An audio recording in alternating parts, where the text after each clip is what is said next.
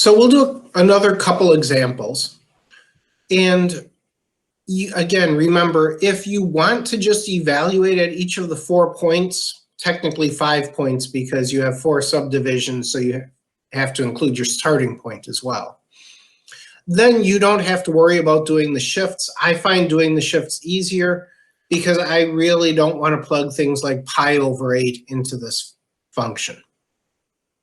All right, so looking at this one, I should have an amplitude of 3. I should be reflecting that across the y-axis because it's a negative. That's a +5, so that's going to be a shift up 5. And to find my actual interval, I'm going to want to take 2x minus pi over 4, my argument, and stick it between 0 and 2 pi. So I'll add pi over 4 all the way through. So that'll give me pi over 4 is less than or equal to 2x, should be less than or equal to 9 pi over 4. And so if I divide everything by 2, I'll get pi over 8 less than or equal to x less than or equal to 9 pi over 8. So my period is actually going to be 8 pi over 8, or a full pi, which means I should put a hash mark every pi over 4 units, right? 1/4 of my period, or 2 pi over 8. So when I go through and do this, my important points will be pi over 8, 3 pi over 8, 5 pi over 8, 7 pi over 8, and 9 pi over 8. Because this is a sine function, I am going to start at 0 for my first point. Remember, that was a -3, so I had to reflect it. So instead of the usual going up, I'm going to have to go down to -3, back up to 0 at 5 pi over 8, up to a +3, and then back down to 0 when I hit 9 pi over 8. At that point, I just shove each of these points up 5 units. So 0 goes up to 5, -3 goes up to 2, 0 up to 5, +3 up to +8. I seem to have missed, but we'll just pretend that's 8. And then this one goes back to 5. And so that's going to be my full graph. Now, if we're a little bit lucky, we should be able to sketch something like 2 + 3 sine of 4x without doing nearly as much work.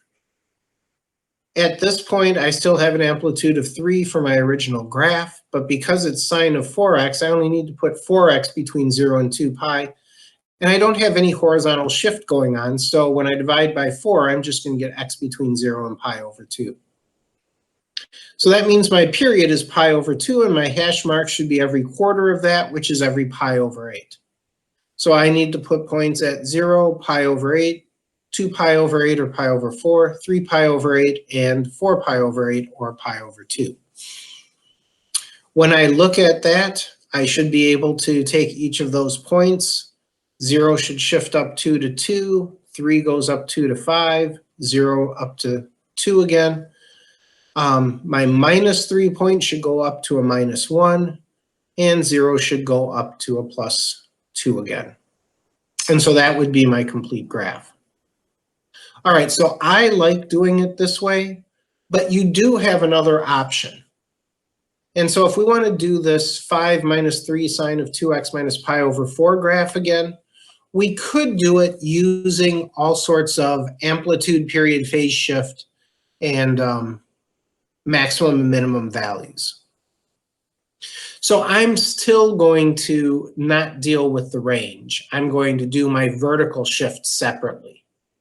But the idea here is our period should be 2 pi over whatever the coefficient on x is. Our amplitude is still going to be the coefficient on the sine or cosine function. But when we do this shifting, we know the -c should be a shift right c units because it's in parentheses. But it has to be in parentheses with x, and at the moment it's in parentheses with b times x. So the actual correct shift is going to be c divided by the coefficient on x, or c over b. So if we go through and redo this problem again, we're going to get our vertical shift is 5. I'm still going to do that separately.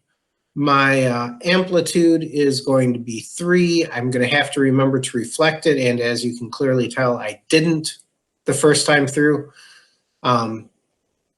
My constant c is this pi over 4, and b is going to be 2. So my period should be 2 pi over 2, or just pi, which apparently got cut off. That's a shame. My shift is going to be a shift right by pi over 4 divided by 2, which turns out to be pi over 8, also cut off. It should be shifted up 5, and my period for divided by 4 is going to give me the distance between my hash marks, and since my period was pi, the distance between my hash marks should be pi over 4. So since I know my shift is right by pi over 8, I start at pi over 8. My reflected sine curve should go down. 2 pi over 8 more is going to give me 3 pi over 8. Back up to 0 at 5 pi over 8. Another 2 pi over 8 takes me up to 3. And then finally going from 7 pi over 8 to 9 pi over 8, I go back down to 0. And then I can just shift my graph up 5 units, and I'll be done with it. Okay, so you have a choice on how you do this. I personally like to just get the full period starting and stopping points by putting my argument between 0 and 2 pi. But we are going to have to be careful because not all of the trigonometric function graphs have a period of 2 pi. And so we're going to have to be careful if we use that trick that we recognize the basic period for all of our trig functions. Okay. So that finishes 4.5, and we will stop and go on to section 4.6 next.